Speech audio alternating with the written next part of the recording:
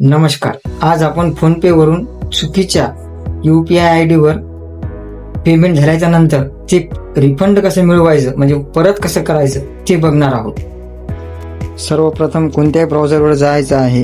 तिथे गेल्याच्या नंतर NPCI असं टाईप करायचं. असं टाईप केल्याच्या नंतर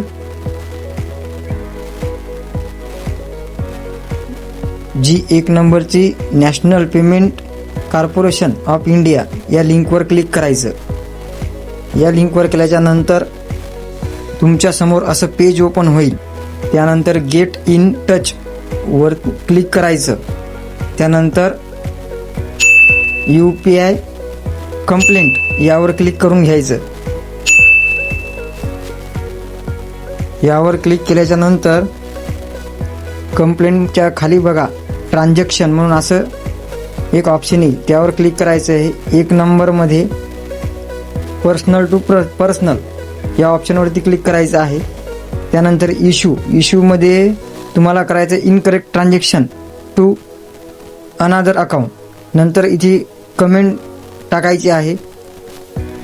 जे तुम्ही इश्यूमध्ये टाकली तीच तर तिथे लिहून घ्यायचं आहे. ते लिहून घेतल्याच्या नंतर जशीच्या तशी लिहायची आहे आपल्याला ती.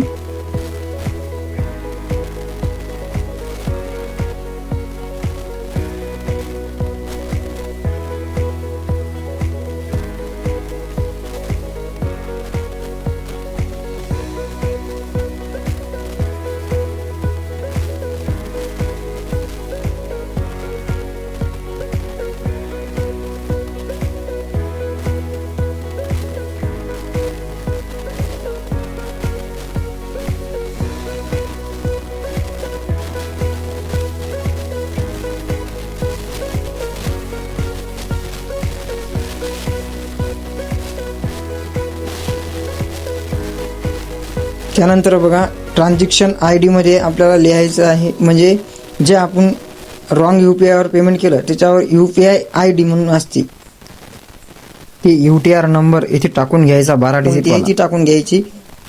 त्यानंतर ईमेल ID टाकून घ्यायचा.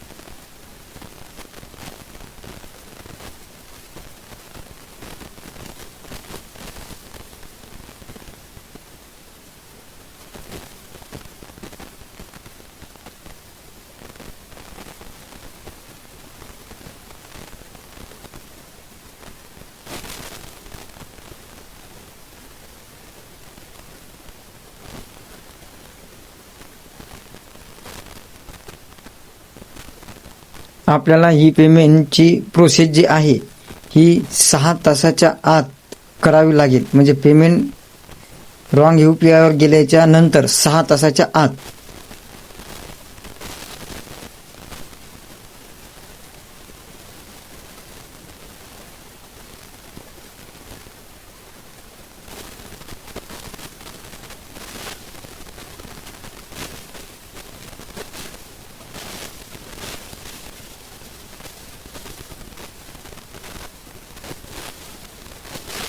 ही प्रोसेस पूर्ण झाल्याच्या नंतर तुमची कंप्लीट सक्सेस होईल आणि नंतर तुम्हाला रेफरन्स नंबर मिळेल.